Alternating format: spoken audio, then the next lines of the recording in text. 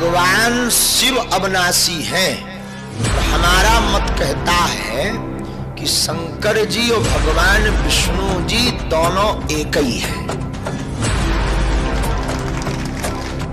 हिंदू ये ब्रह्मा विष्णु महेश को अजरो अमर मानते हैं दंत कथा के आधार पर, लोक वेद के आधार पर,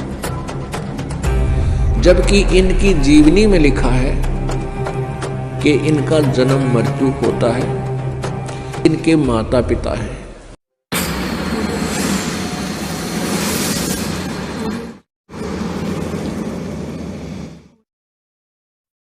हिंदू धर्म में त्रिदेव यानी ब्रह्मा विष्णु महेश को सभी देवताओं में पूजनीय माना गया है। लेकिन मित्रों, हिंदू धर्म के मानने वालों के मन में एक सवाल प्रश्न हमेशा उठता है कि त्रिदेव यानी ब्रह्मा विष्णु महेश की उत्पत्ति कैसे हुई, या इनमें श्रेष्ठ कौन है। तो ऐसा ही सवाल लेकर एक श्रद्धालु पहुंचा धीरेन्द्र कृष्ण शास्त्री जी के पास। तो आइए देखते हैं उसका क्या जवाब दिया धीरेन्द्र कृष्ण शास्त्री जी ने। तो गुरुजी, पहला प्रश्न ये है कि ब्रह्मा जी को श्री हरि ने बनाया, श्री हरि को शिव जी ने बनाया, तो शिव जी को किसने बनाया, और जिसने शिव जी को रचा है तो उसको किसने रचा, और इन तीनों मूर्तियों में से सबसे बड़ा कौन है। पहले प्रश्न पर उत्तर सुनिए, फिर वही बात जहां से पहला उत्तर शुरू किया था, मुंडे मुंडे मतिर भिन्ना। अलग अलग शास्त्र में अपने अपने इष्ट को सर्वसमर्थवान और उच्च बताया है। इसके पीछे कारण यह है कि जिसकी प्यास जहां बुझे उसके लिए वही समुद्र है। दूसरी बात इसी में,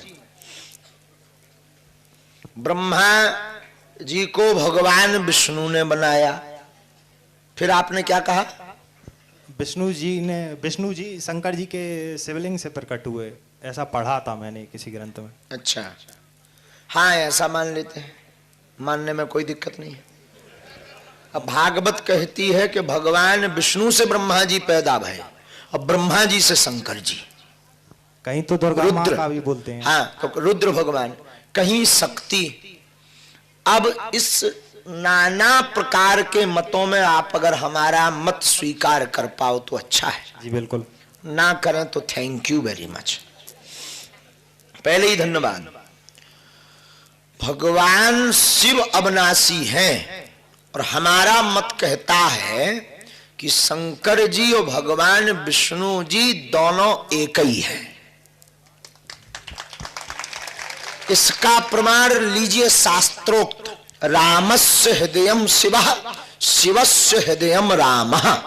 राम जी के हृदय में शिव जी बैठे हैं, राम जी मतलब विष्णु जी, और विष्णु जी के हृदय में शिव जी बैठे, और शिव जी के हृदय में भगवान विष्णु जी बैठे।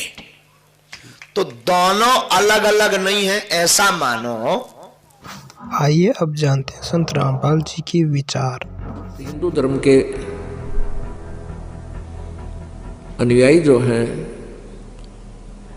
हिंदू, ये ब्रह्मा विष्णु महेश को अजरो अमर मानते हैं दंत कथा के आधार पर, लोक वेद के आधार पर, जबकि इनकी जीवनी में लिखा है कि इनका जन्म मृत्यु होता है, इनके माता पिता हैं। ये देखिएगा, श्रीमद् देवी भागवत पुराण यानी शक्ति पुराण, श्रीमद् देवी भागवत सचित्र मोटा टाइप, केवल हिंदी, गीता प्रेस गोरखपुर। इसके तीसरे स्कंद में 123 पृष्ठ पे है।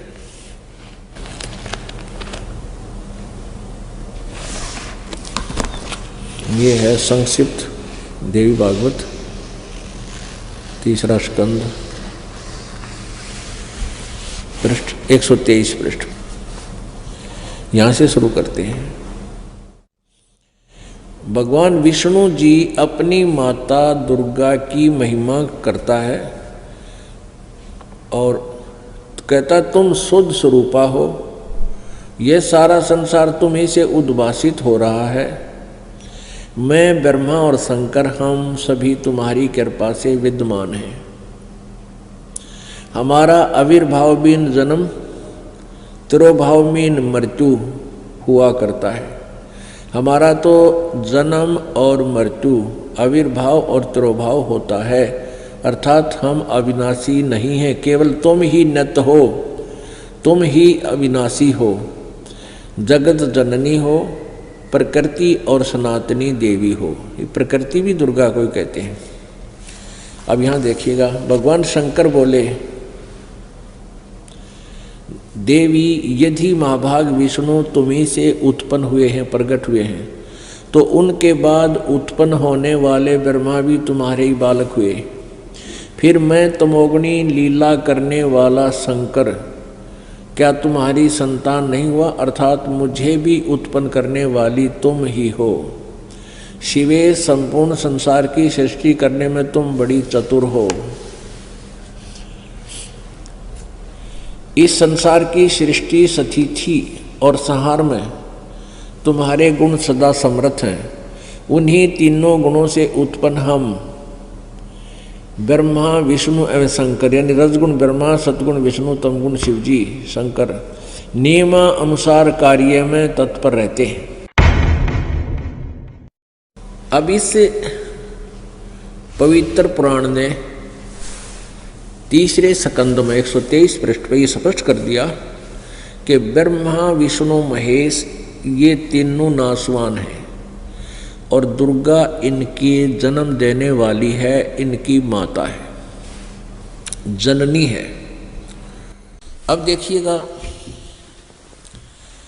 श्री शिव पुराण ब्रह्मा, विष्णु, महेश का पिता कौन है ये सिद्ध करने के लिए भगवान सदाशिव हैं। अर्वाचीन और प्राचीन विद्वान उन्हीं को ईश्वर कहते हैं। एक समय एकाकी रहकर स्वेच्छानुसार विहार करने वाले उन सदाशिव ने अपने विग्रह से स्वयं ही एक स्वरूप भूता शक्ति की सृष्टि की, जो उनके अपने श्रीअंग से कभी अलग होने वाली नहीं थी। उस पराशक्ति को प्रधान प्रकृति, गुणवती माया, बुद्धि तत्व की जननी, विकार रहित बताया है। अब आप जी को दास ने सृष्टि रचना सुनाई है, उसमें बताया था कि उसे अंदर से परमात्मा ने वह दुर्गा निकाली थी। और ये ज्ञान एक बार कबीर जी ने, परमेश्वर ने आकर ब्रह्मा को बताया था, लेकिन ब्रह्मा ने कुछ सुना कुछ ना सुना, काल प्रेरणा से स्वीकार नहीं किया। लेकिन वो याद से उसका थोड़ा थोड़ा वो बता रहा है। उस पराशक्ति को जो काल के अंदर से निकली थी, उस समय एकाकी रहकर स्वेच्छा अनुसार विहार करने वाले उन सदाशिव ने अपने विग्रह मन शरीर से स्वयं ही एक स्वरूप भूता शक्ति की सृष्टि की। जबकि परमेश्वर कबीर जी ने इस काल के अंदर से दुर्गा को निकाला था, जो उसने खा ली थी, जो उनके अपने श्रीअंग से कभी अलग होने वाली नहीं थी। उस पराशक्ति को प्रधान प्रकृति, गुणवती माया, दुर्गा को प्रधान भी कहते हैं, पराशक्ति भी कहते हैं, प्रकृति भी कहते हैं, और बुद्धि तत्व की जननी तथा विकार रहित बताया है। वह शक्ति अंबिका कही गई है। उसको प्रकृति, फिर दोबारा कहा है, प्रकृति भी कहते हैं, सर्वेश्वरी, त्रिदेव जननी, त्रिदेव रजगुण ब्रह्मा, सतगुण विष्णु, तमगुण शिवजी को उत्पन्न करने वाली, जन्म देने वाली त्रिदेव जननी, नित्य और मूल कारण भी कहते हैं। सदाशिव द्वारा प्रकट की गई उस शक्ति के 8 भुजाएं हैं।